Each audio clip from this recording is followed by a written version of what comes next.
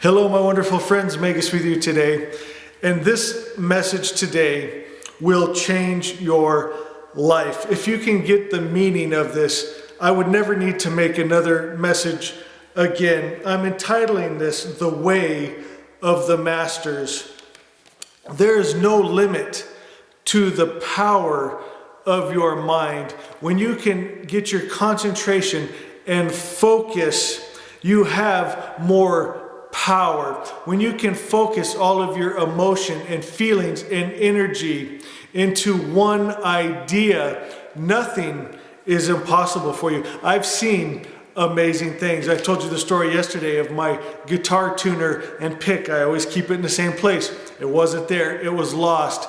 I manifested it in that spot, and it's amazing to me every time. I've had money come to me. I had a $20 bill slap me on the leg before, and you can take a $20 bill and you can't make it slap your leg. It slapped my leg, and to me that was God's way of saying, you believed for it, there it is. Nothing is impossible. I've told you the stories of putting shields of faith, a hedge of protection around my children, around my life. My life is blessed. My land is blessed. My animals are blessed. I live and walk in divine health. It's what we were designed as children of God to live in.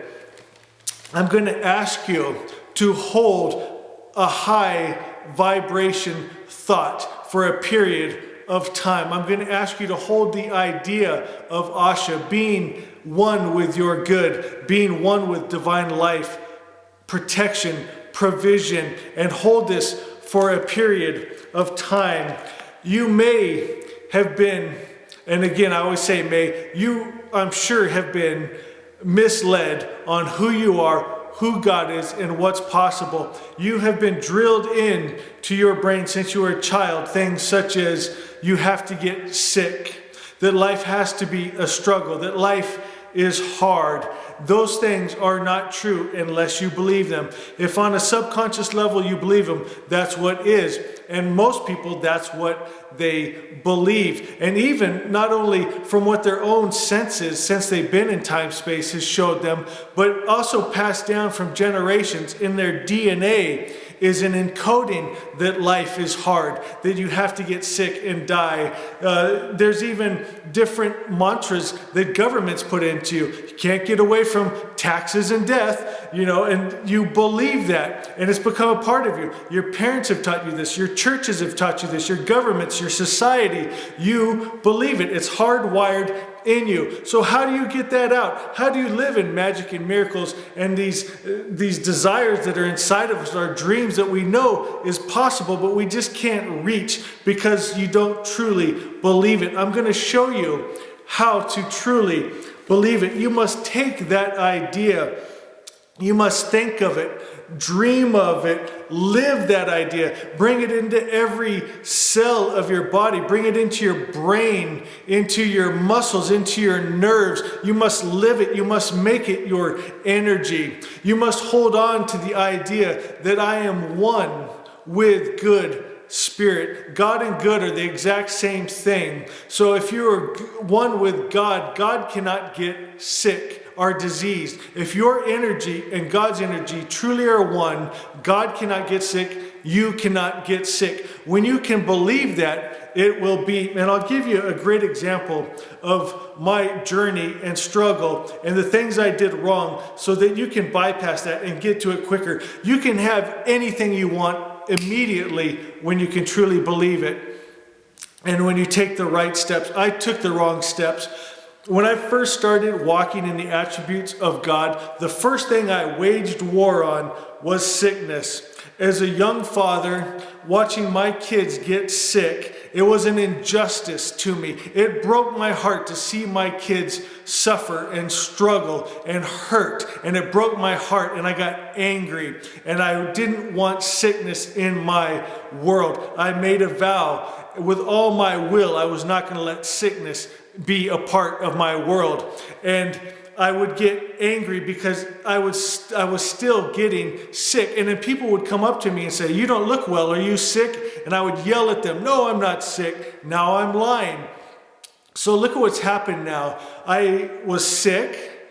I was angry. I was hating because I was hating sickness and disease. I was hating the devil, and now I'm lying. You cannot get good by holding evil in you, even if it's for what you think is a good cause. I'm trying to eradicate and get rid of sickness and disease from me and my children, but you can't do it with the attributes of Satan. You can't be holding hate. You can't be holding fear. You can't be holding anger. You can't be lying. You can't be in the attributes of evil spirit to get rid of the evil spirit. And God kept trying to show me this, and I wasn't getting it. He kept showing me that it's not going to be by the power of my will and might. It's going to be through spirit. And I wasn't getting it. And then pretty soon I started to get mad at God on top of all that.